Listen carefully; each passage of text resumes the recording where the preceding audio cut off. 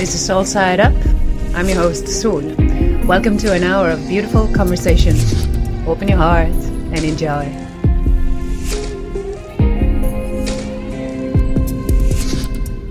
Hello, everyone. It is with great pleasure that I am reviving Soulside Up. It's been on a little hiatus. It's been dormant. I had to go into some sort of personal hibernation due to duties in the family and, well, life in general. But now I'm super psyched to have this back. And I really feel like a sense of inspiration and almost like a childish joy to have that kind of surplus in my life that I now feel inspired again. We live in a society that is pretty much on go, go, go, go, go all the time. And it sort of drains out people. There's this almost a global epidemic of burnout. And we have a lot of people burning out these days. So it's the way everything is created and how societies are built.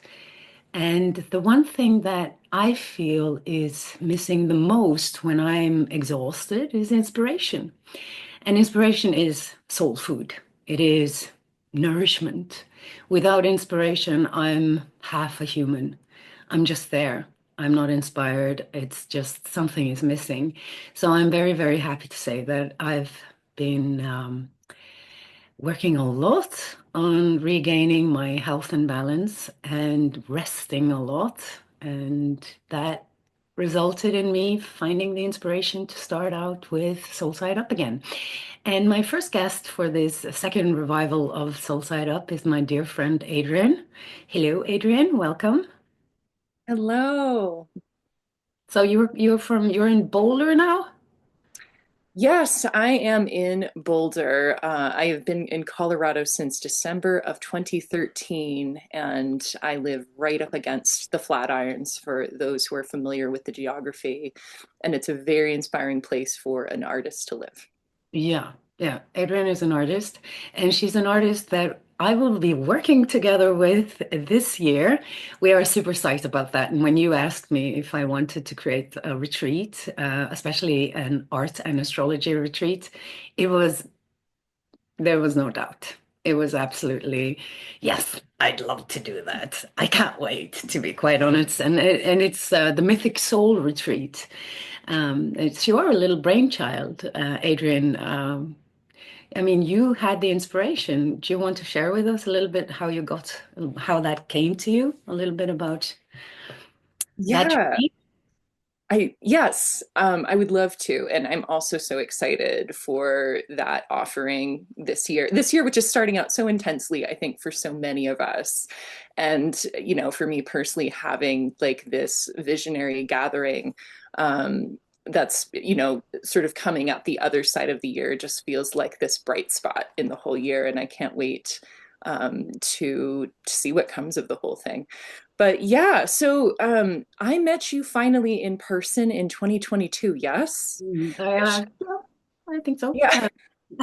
I'm not good with numbers, but yeah, I Oh, think that makes sense. Hmm.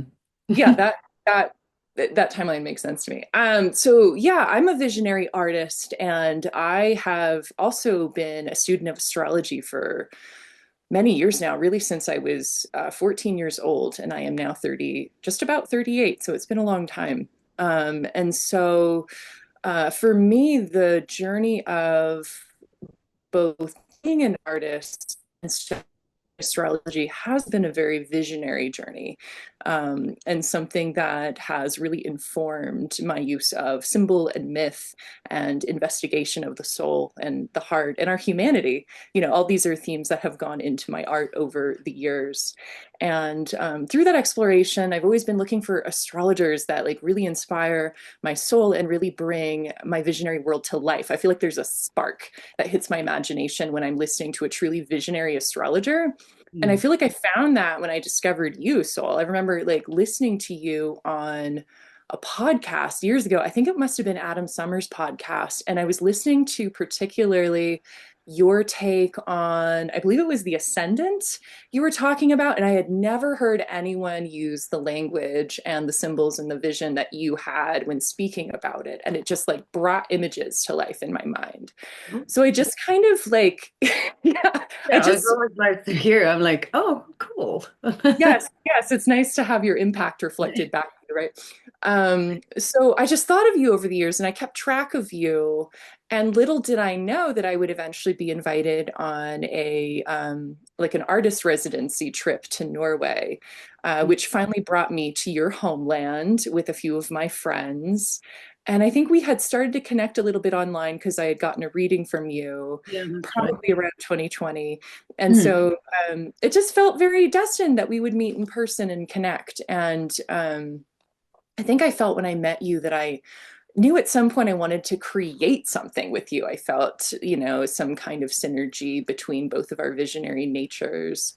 And then enter Jupiter into Gemini this past year. And I've been exploring teaching and exploring workshops and Mm. exploring trying to offer um, trying to offer to community in this way, I guess is a good way to put it.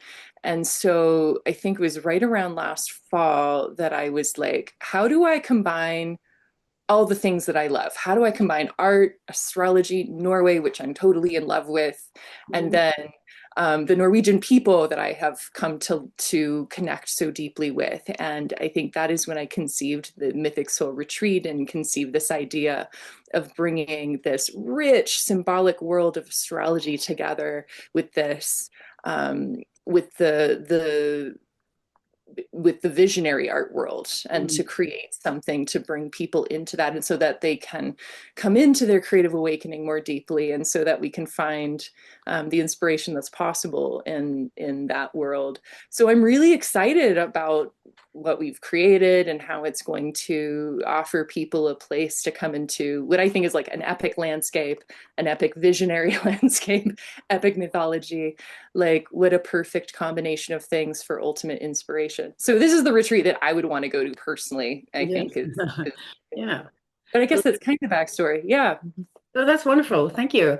Yeah, around the time you showed up in my life, I had actually started painting again. So that was like one of the synchronicities that was like, oh, okay, that makes sense. Like I've always worked a lot with creative people, like writers, photographers, like people, musicians, coming to me asking for advice on the creative process and how to untangle the blocks that they experienced while moving forward. And the astrology map is pretty like efficient in that it kind of highlights very easily where, oh, there, like this, like I think you need to get into editing, like because there's like this Mercury that just wants to flow off to the next project instead of having to revisit something that's already been done and stuff like that. Or you have people who are very meticulous and very detail oriented and having trouble letting go of that and coming into the flow, and it becomes a little heady, and you have to kind of realign people with the elements. Basically, we need all the elements to create. I'm often inspired by the tarot, that's how you say it in English, and especially the major arcana shows some incredible, stories. And the magician is like after the fool, you have the magician, and the magician, he holds all these different elements at his disposal.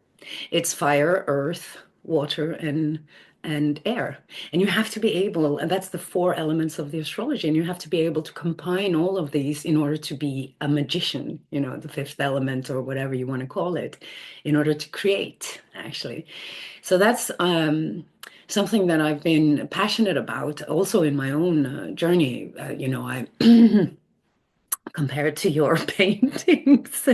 I must admit, I have a lot to learn, and I can't wait to learn because I think it's so valuable to access the childish state of not knowing everything. Like you come and you don't know. You have all these, like, I want to learn. This is, for me, it's very valuable because I am who I am. I'm like, it's easy to kind of like stagnate a little bit in this all-knowing, I know everything, and not evolve further. And I saw this show yesterday on television, actually, it was really nice. There was this young girl who had been applying for this singing contest. How do you say that? I can't, Contest. I can't speak anymore. Words are falling out of my mind. And she said, well, she was a very well-developed musician, and she had, applied for this because she wanted to move out of the comfort zone because there wasn't any growth there. You know, Mm, yeah. the container was like it was satiated. There was nothing more to find there. And and it's an ongoing struggle in life for me. Like you find something, you stabilize it, and then it changes. You have to move further in order to grow. So for me, it's to have that opportunity to reconnect with that creative fire again is definitely what I'm looking forward to. And we have such an interesting astrology going on in 2025 as well. It's like the year of big changes. How do you feel about these things? I mean, what's going on in your life for the time being? Oh man, yeah, I love so much of what you said there. Just being, just real quick, including the part about the trust fall into your creativity, and that's what's so interesting about that is when you're a person who's reached some level of refinement with your craft and with what you do. Sometimes people, actually often, people assume that you can visualize exactly what you want and you can always Mm, create it perfectly. And what I'm always explaining to people is actually, this never turns out the way I see it in my mind. There's so much going with it that you have to trust fall into mm, in order to really let something pure out of your soul. And just because you've developed your language, and by the word language, I mean, your refinement of your skills with whatever tool or medium you're using. mm, Um, I think art that is just refinement and isn't drawing from that real pure like creative journey within, there's a flatness to it. Like you don't mm. feel the embodiment of soul in it. Um, you That's know, yeah, if that makes sense. So, and actually, going into your question from there, it feels so much of the astrology of this year. I mean, I can only really speak for my life, but even just like looking around me, at the people that I'm witnessing, like friends and such, it feels like so much of this year is this back and forth between that Pisces trust fall of like, I don't know, I'm surrendering, like the water's bringing me somewhere, I don't know. And then this area need to like to initiate something, that creative fiery force, and I have my Jupiter in my chart right at 29 degrees Pisces, and I have my rising in Aries. And so I'm feeling very toggled back and forth mm, between what am I surrendering to and like what am I initiating with my creative courage. And there's so much in my life coming to completion right now, and so much about to start, and I feel this like shroud of mystery where I'm just like, well, what is that, like what? And I feel like that's going to be kind of the tone of the year, and maybe there will be some alleviation when some of these planets move into Aries and it's like, oh, okay, like I gotta go now. But it doesn't feel like I'm going to have the luxury of knowing too much this mm, year. And I find that like if you can actually, as a creative, if you can just like be in that spot, there's so much rich potential for creativity in the not knowing right there. And it's mm, such a powerful place to create art from if you can trust fall that uncertainty and just like make something from it. mm. I find that there is a lot of power in that uncertainty. Well, what you're talking about right now is called Neptune in astrology language, like Pisces, the 12th house, Neptune, and so much is going on. Right now, we have Neptune conjunct the North Node, and it's going to be very much dominating everything until the end of February, I think, at least. And there's still so much going on in Pisces. There's a finishing off of a cycle. In evolutionary astrology, we talk about cycles beginning and cycles, culminating and then finishing up. And right now we're finishing up a Saturn-Neptune conjunction.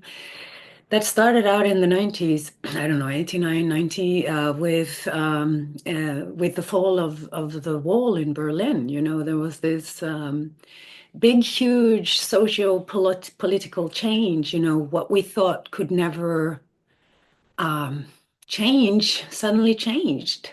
And that's the Saturn-Neptune energy we're looking at. Saturn is right now in Pisces, and Neptune is also in Pisces, but Saturn is like the faster moving one, so it's moving towards Neptune. Thus, it's a closing cycle. And I think, you know, it's not just something we feel in our personal lives, we see it everywhere right now.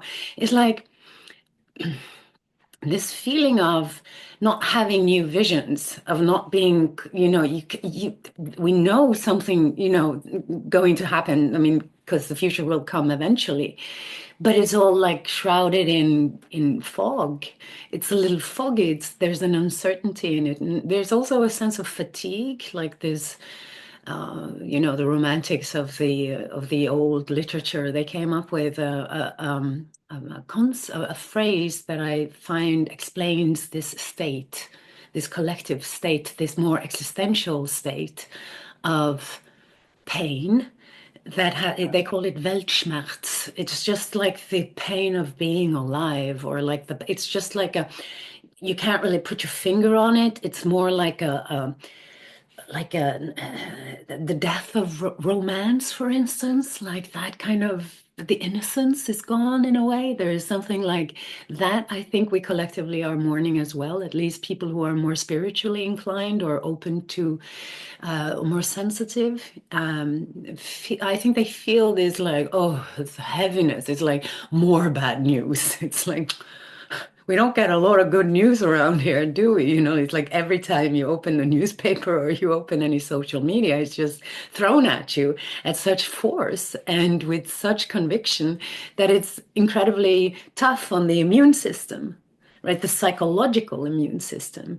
And as Leonard Cohen would say, you know, there's a crack in everything, and that's where the light gets in. And I'm constantly searching for that crack because I know if I can find it, as you also say, you know, through art, for instance, or through meditation or some sort of spiritual practice, I know my life will work again, even though if I don't know tomorrow. It's not a guarantee because life at this point does not give out guarantees, not like the ones we might think we need, and we kind of crave them or we grasp for them. I need to know, you know, I have to have evidence that this is going to work. And in art, that's not possible. You have to start out like that's how you get, that's why I love it so much. There is no guarantee where this painting is going to end up. And it's kind of like an expression of trust and an expression of curiosity. And just like I'm longing to see this unfold. So art teaches me a lot about being here right now. There's no guarantee.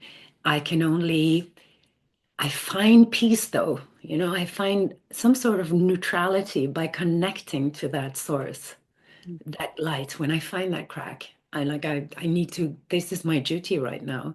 I just know because otherwise I'm sucked into it. It's like you're being pulled into the vortex and then it gets like, like, ugh, this is tough. So this is like something of like, especially for this retreat, you know, like the meditation work we're going to do and stuff like that is definitely all about that. So that we can have that, I don't know where this energy comes from. It's just some universal type of energy you connect with. It's not religious. It's almost like it is almost like God. I'm hesitant to use that Yeah. word. It is that sense of like being connected to all that is, you know, Mm. it's very um which is that very Neptunian thing, right? Where it's like, oh, you're never alone. You know, you are part of you're part of all that has ever been and all that ever will be. You are, in a sense, you're the water drop dissolved into the ocean, and you know that's either a horrifying thought or an inspiring thought, I guess, depending on the mood of the day and what's going on. But you know, Yeah. listening to you speak about, you know, that Neptunian reality, I keep thinking about dissolving and dissolving and dissolving, especially with the Saturn component. You know, it's like certain things are just dissolving right now. And it's like, it's almost like whatever structures kept them um, Mm. intact, are now dissolving out of nowhere, which when you tell the story about the wall, and I believe that, yeah, right around that time, certain things just dissolve seemingly out of nowhere.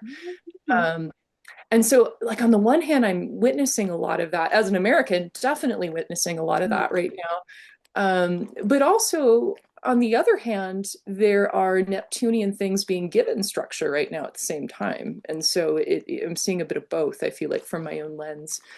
And also, I'm thinking, I don't know if you've been thinking about this, but I'm thinking about Neptune having traveled the length of Pisces. And I'm thinking about when Neptune was in the first decan of Pisces, particularly 2010 through, I don't know, 2015 or so, and how fresh the Pisces illusion, like when Neptune enters the first decan of a sign, the illusion's always very fresh and, oh, you're very inspired. But, and I'm thinking about how culty the 2010s were and how we were all going off and doing, having all kinds of spiritual influences. And it was so exciting. And, no regrets. I really love that time of my life. But I'm thinking about how a lot of the conversations I'm having with people now that Neptune is at the end of Pisces is kind of like, am I abandoned by God? Like, is there anything left to have faith in? There's a lot of like this exhausted, fatigued, dissolved, faithless feeling, kind of abounding in a lot of the people I'm talking to. Yeah. Oh, let's see, you're breaking up a little bit. There's a part of me that's like, oh no, can you hear me okay now? I can hear you okay now. But rewind a little bit and repeat what you said. There's a little part of you that's, Yeah, there's a part of me that's both inspired um and also struggling, I think, as an artist with that, where it's just like, I think my version of am I abandoned by God has been, does art matter, especially with AI coming in and these huge technological replacements of the human soul, or attempts to replace the human soul and to replace the human hands. And that's caused me to dig deeper into my own soul for those answers, which brings me back to an inspiring place as an artist. Like, wow, what is the artist? What is the thing the artist can do right now that no machine can ever do? And I think that's what we find in the Mythic Soul. That's something uniquely human that isn't going to be replaced by anything else. well, that's so true. AI became somewhat of a like overnight, everybody's mouth, became familiarized with AI in March. I think March 2023, when Pluto first dipped his toe into Aquarius. And Aquarius is a sign of technological, progress. And it's basically why, there was Prometheus was punished because he gave the fire to the people. And Prometheus is a very Aquarian kind of dude, like very Aquarian archetype.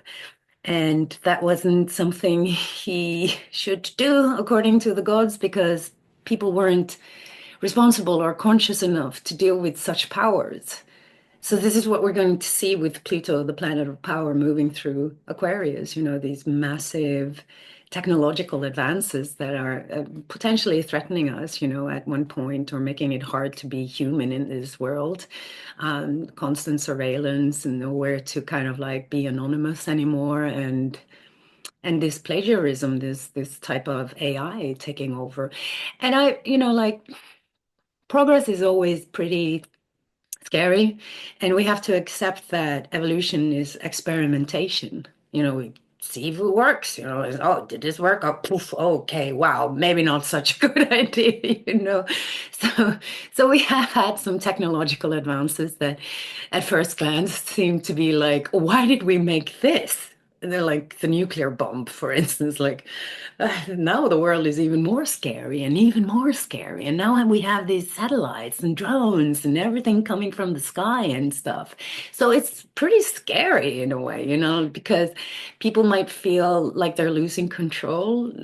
Aquarius is part of the last quadrant in the zodiac, and these are transpersonal signs like Capricorn, um, Aquarius, and then Pisces. And this is where willpower has nothing to, like whatever you want, it doesn't really matter because there's like a larger world out there. There's a bigger cosmos we have to communicate with. And I believe as youth, though, that you can't really replace the soul. There is something the polarity point. This is the good news.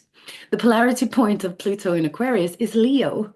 And Leo is the divine child, the creative one, the unique, I would want to say the God King, like the king child, the queen child, the child of the gods, this unique expression, this powerful core light that radiates out of your heart.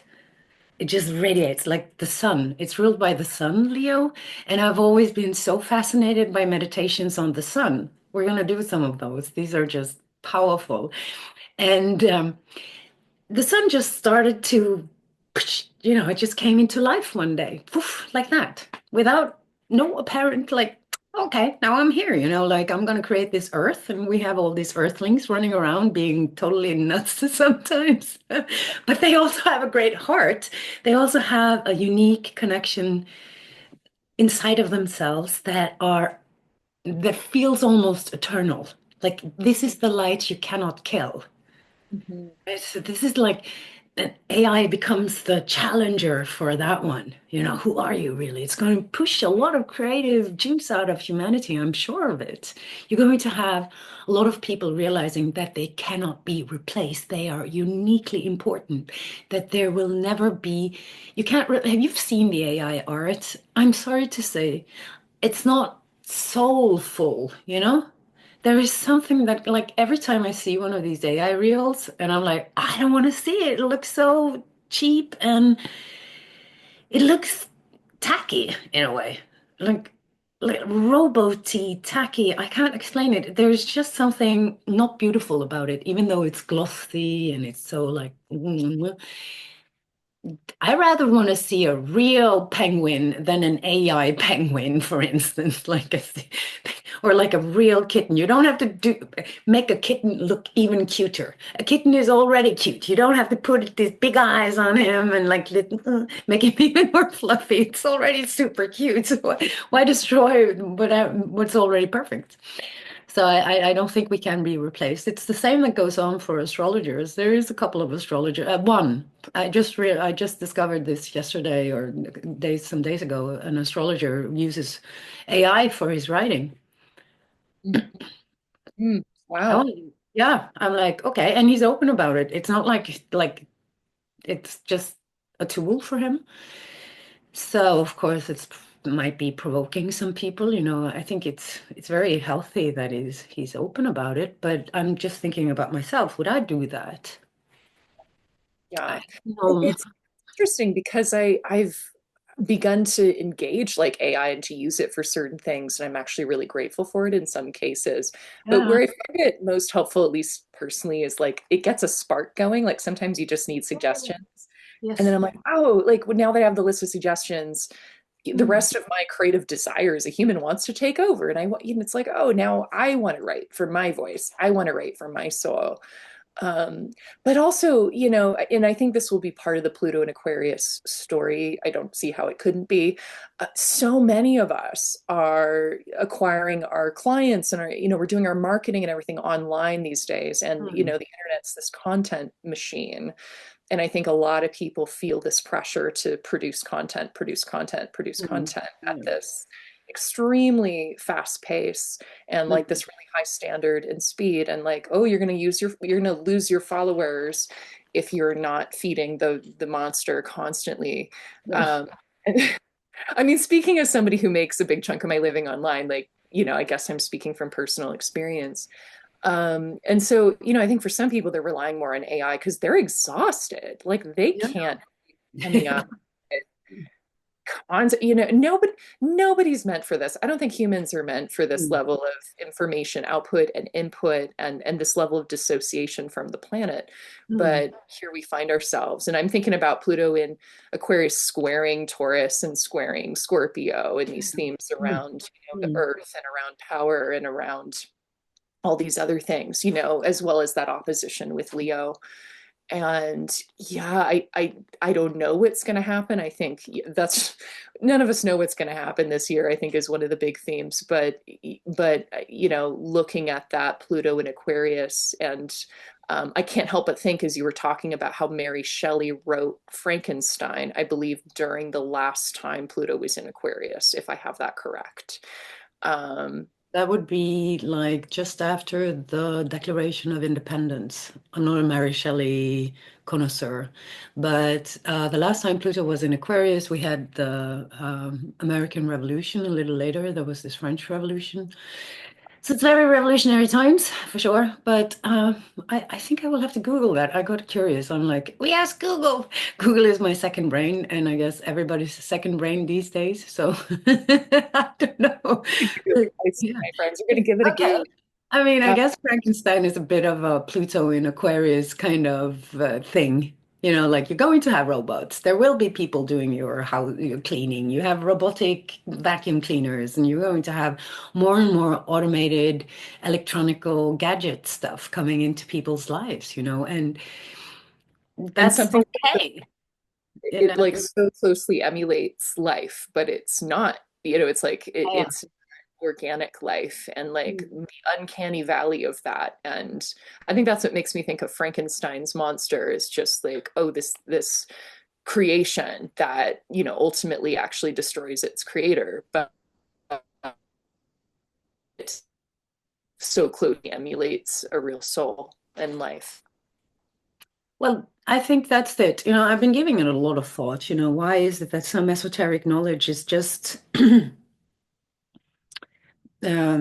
hard to access? I believe that because of how we evolve as humans and what is required on each step of that evolution spiritually, that we have to be more and more responsible as human beings in order to get access to the next level. That's basically how it works. It's like it feels like this power is protecting itself by, you can't access it because you just can't expand your awareness higher because there are these lacks in your personality that stops this um, capacity to perceive these things. So when there's like lack of responsibility, which I think is the one thing that Saturn is all about, of course, but it's the one thing that we are looking at when we are talking about leadership. And responsibility is the ability to own up to your own karma or to the consequences of your own life and your actions without blaming others for it. And it's taking your responsibility, not the rest of it, just that part which belongs to you. And I see that that's deflection and how things work, how like a lot of like the finger pointing and this kind of like victimization energy that is so rampant these days are kind of preventing people to get access to this the power of that soul, which is pretty strong energy. It's like you don't really need much when you have access to that. It's like I'm exactly where I'm supposed to be. Everything else, as you say, trusting that flow. I'm sure it will happen. If it doesn't happen, then it's not going to happen. It's like surrendering to truth, but not like a religious truth or a dogmatic truth or any type of truth produced by uh, like other people's minds. It's like more following natural law. And I guess that's why it's so nice to be in nature. And probably whenever we are in a challenging situation in our own lives and we can't see the future and we are full of insecurity about the future, that's kind of the only option we then have in order to not lose our health. Because this drama that comes from not knowing and the fear and everything, that's also a code to crack when it comes to, well, that's what you're being confronted with through meditation. It's like, oh, look at that. I'm holding on for dear life to this little bubble of consciousness inside of my mind trying to hold control over things. It's like blah, blah, blah, blah, blah, blah. It's like, and it's not working, is it? No, it's not working. Okay, so how do we let it go? Well, by connecting to something else. You don't let it go. You just don't give it energy anymore. And that's the positive side of Pluto in Aquarius. It's this expansive consciousness about these things, how we can learn about how our own psyche works. And that we do, all of us. That's like the one thing that is fair in this world is that we all have the ability to access our own soul. There's nothing that prevents me from doing it every day. Like I can even be in jail. I've been inspired by people who've been gone off and for years, like who has been incarcerated for a very long time. Of course, not fairly though, like brilliant people who were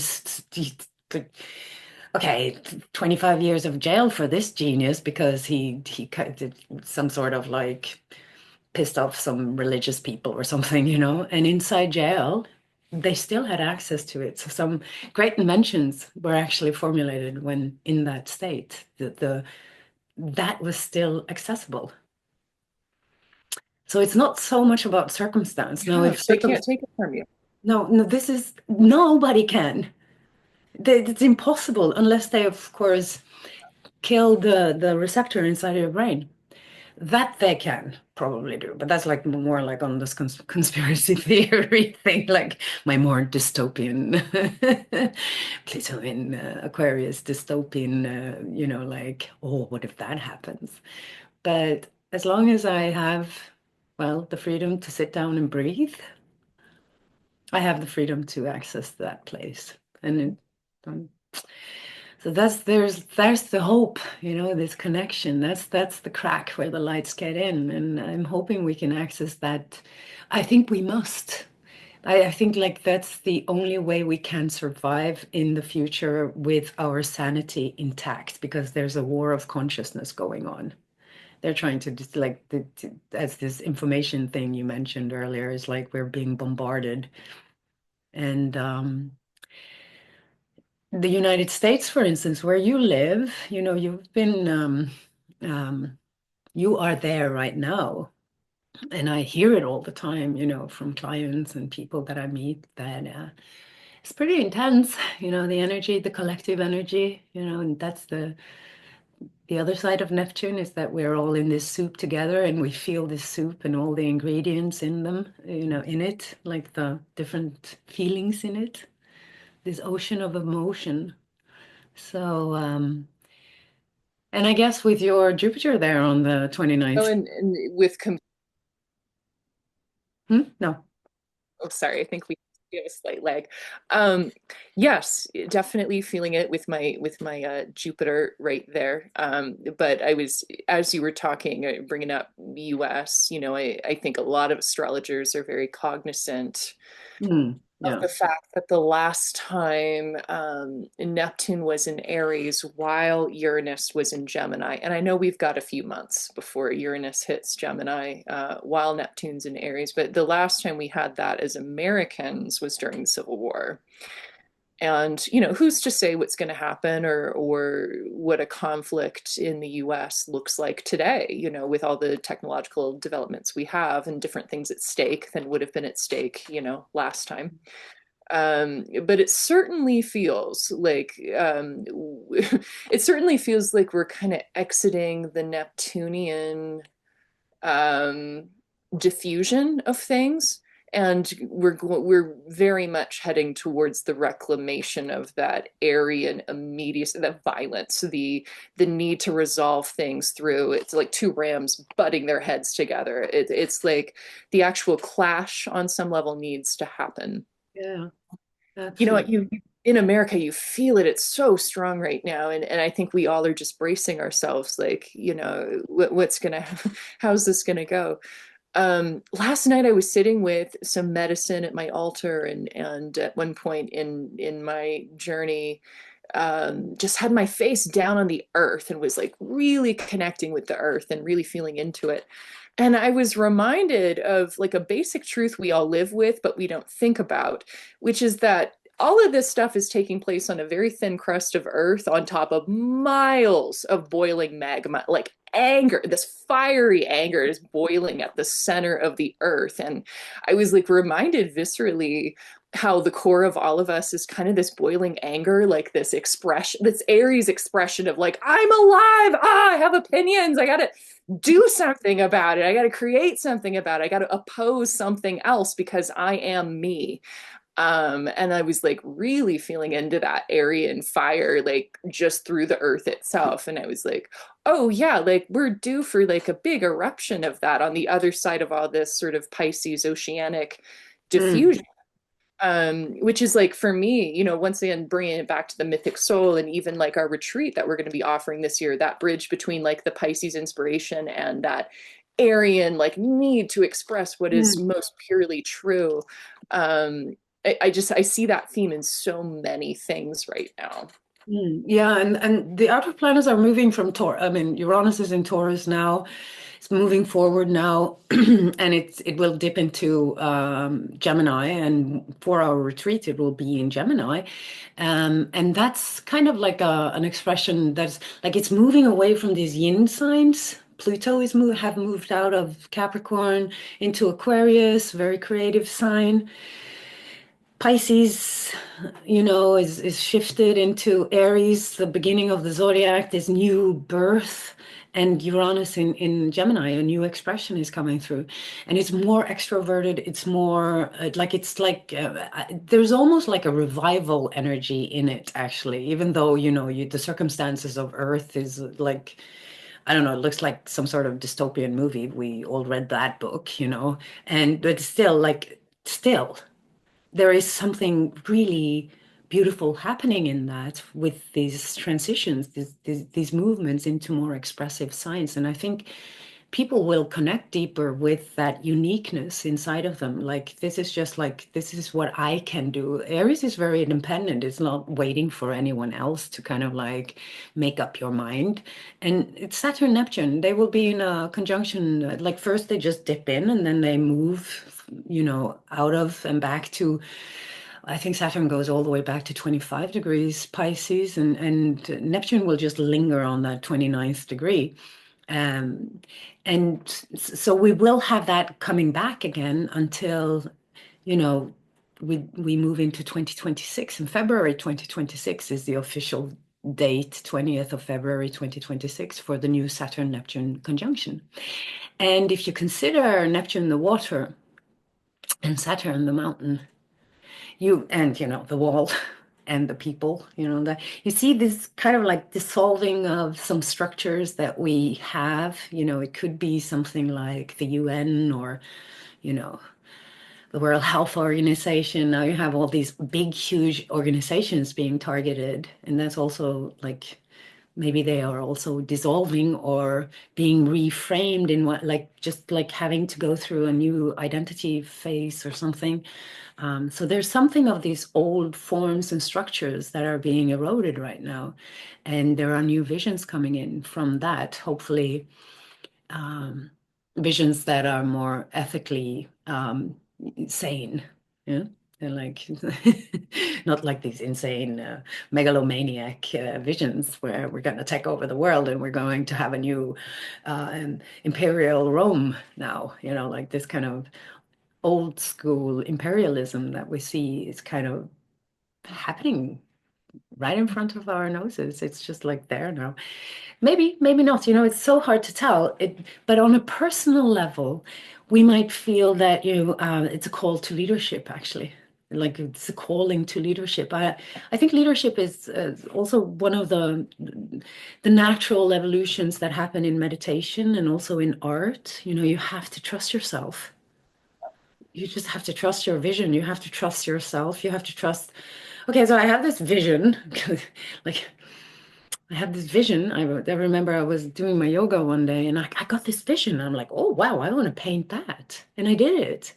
And of course, it didn't turn out as the vision, like, oh, it was way better in my head. Sounds familiar? It's amazing the beauty you can see inside your vision. But I was still extremely, I don't know, satisfied by the process. I followed it, I gave birth to it, I saw it. Something really, like I mastered something. There was a feeling of mastery. I think I mastered my feelings of inadequacy, that I'm not a really good painter, or like, I can't really do this. I'm kind of like, I'm just pretending or something like that. But it was still so good because when I was a child, I would never think like that about my own art. I would just do it. There was nothing like, there was a very short path between my vision and what came out on the paper. It wasn't, it wasn't muddled by the voice inside of me saying, "Oh, you can't do that. You're not good enough. So with this extroverted yang energies coming through with the outer planets moving into these expressive areas that they are now doing, maybe we will shorten that route a little bit and not go all these detours inside of our mind and express more our authentic selves. This is where I need to be. This is the truth that I found inside of me, not the one that other people's told me.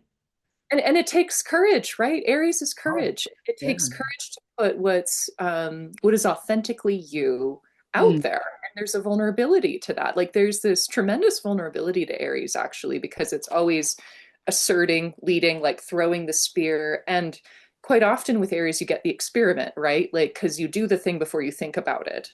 And then it's like, oh, that failed, but it's like a baby learning to walk. Everyone in the room is watching the baby learn to walk, and no one's like, oh, look at this baby, it sucks at walking. No, you don't say that to a baby who's learning to walk. You're like, oh, look, you keep trying. That's I think that is one of the beautiful things actually about that Aries energy and how it asserts and experiments and initiates things. And speaking as an artist, I think there's a reason that all of these masters, that we revere through history, they often, if you watch their arc of their artistic journey, they get to this level of extreme refinement, and then they spend the rest of their career trying to deconstruct it and get back to being a kid again. You see this with Picasso. You see, plenty of famous names, that we know in the world of art. And so this is actually a point where I'd love to encourage people who are like, this retreat sounds really cool, but like I'm not a refined artist. Like, what would I be doing? No, come as you are, and trust your own Aries courage that you have, to make marks and to bring something out from your soul and to just try and surprise yourself. I am certain everyone who comes on this retreat is going to surprise themselves in a pretty big way with what comes out of them. When you talk that way, absolutely, I couldn't agree more. It's just the process in itself is healthy. It's not the goal. That's the goal. It's the process. It's the journey itself. So for me, everything. That's where the goal is. And I've been inspired by transpersonal psychology in my whole career, and it's been always like informing me about the connections between the soul and the personality and what I consider like observable truth and the creative process. And Roberto Assagioli is like the founding father of transpersonal psychology, or like psychosynthesis, they like to call it. That's particularly his brand. And he has written about the power of authenticity and the cost of it. There's a price to pay when you're authentic, and that's also the independence that we now have to embrace, like we might not have people agreeing with us, or like they might not approve of what we do, or they want us to move into some sort of, well, their dogma or their paradigm or whatever that is. But that being born, like Aries is the first sign of the zodiac. This is where the astrological year is born. This is where spring is born. It's the first expression of something. It's individuation. It is here I am. I am that I am. I don't need to kind of do anything. I am here. And that's proof that I'm valuable already. Like this is like the spark of life itself. Although it is a little fragile. I compare Aries with a matchstick fire. It's the matchstick that's being lit. Like you could easily extinguish it by just blowing on it. So of course it's a little fragile. Nothing is worse than a deflated Aries. I always joke about like an Aries who it went wrong and they're like crushed in a corner and like all their fire is put out and like nothing. Fire is not as it. I often consider Earth like this. Well, Earth, good if you're Earth and air. We like that, Water, too sensitive, Fire, I don't know, man. Another planet maybe would be good for you because you're like combusting and spontaneous and fiery. And depression is the deflated fire. So we want to revive the fire, right? This is get the fire moving throughout the body again. And that's energy. So we need that energy. So yeah. All right, Adrian, it was lovely to have you here. I think yeah, I will put up some of your photos and paintings and give the people who've been listening in on this your links so they know where you are to be found. And yeah, I recommend people taking a look because your art is truly magical. I am Oh, super, super impressed by what you managed to bring out through your brush. It's like, how does she do that? I want to pick your brain. You have no idea how much I want to pick your brain. I have questions. How did you just do that? How do you do that with these? Oh, there's a particular way you capture the light and shadows. You're very good with shadows and angles. Oh, you got that one down. I'm like, I don't know. All right, shadows, I guess that looks good there. Like I don't know what I'm doing. So for me, I think it's going to, I'm so grateful for it because I know it's going to be a huge step forward with my own art. And for me to have that oasis, that little it's almost like making me cry just talking about it because it's so important for me to have that space, that creative little oasis where I can find the crack where the lights gets in and I find that healing and mastery and that inner child again. So thank you so, so much for the inspiration. Oh, and then there she was again. such kind words. Thank you. My honor being here. Can you hear me okay? Yeah. I was just saying such kind words. Thank you so much. And my honor joining you today. It's so great to be invited onto your podcast, and I'm excited to listen to the rest of the guests you have on here. I think this is fantastic, and our retreat is going to be fantastic, and it's so exciting to me. Like I'm made for this. I was born for this. I was born for this work. I was born for visions. I was born for sharing visions with people. When I'm working with students and participants and helping them more deeply dive into their visions, I feel like I am living out like the authentic truth of my star, like whatever it is that I incarnated from, like this is the thing I'm here to do. So when I Oh, think for about sure. all of you joining us together and creating from the myth of our own souls and like making something manifest out of that, I can't think of anywhere else I would rather be. So I'm very excited for Oh, what's to come. light itself is great. I mean, Dharma Mountain, we're going to be in the best nature. Yes. Can't The wait. best nature, guys. There's a reason Best I'm nature. in love with Norway. Yeah, plenty of you listening are probably already from Norway, but as an American, I have to say there's something very special about Norwegian nature, and I think it's the perfect setting. Mm. Yeah, well, we are very proud of our nature. There's not a lot of countries who can kind of like sport such a nature that we can, like the fjords and the coastline is one thing, but the mountains where we're going, the deep, deep forest and the deep mountains, they're like we are blessed, and I'm grateful every day, to be quite honest. I am super, super. All right, Adrian, you then will have a beautiful day, I hope. And well, maybe we'll see you here another time as well. I will probably surely bring my camera to Torma Mountain, so you'll be exposed. All right. All So right. thank you everyone for listening. I hope you enjoyed it. It has been a true pleasure to do this again. I'm excited. So I hope to see you all again soon.